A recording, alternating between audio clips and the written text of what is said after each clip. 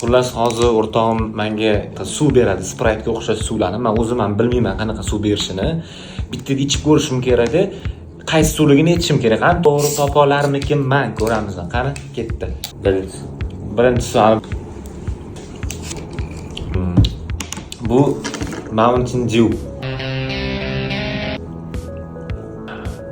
Bormi? Ha. Baklashkasidan bilib olmasligim uchun men bitta ushondim. Tak. Bu 7-Up. Miyaga yangilik bo'ldi unga.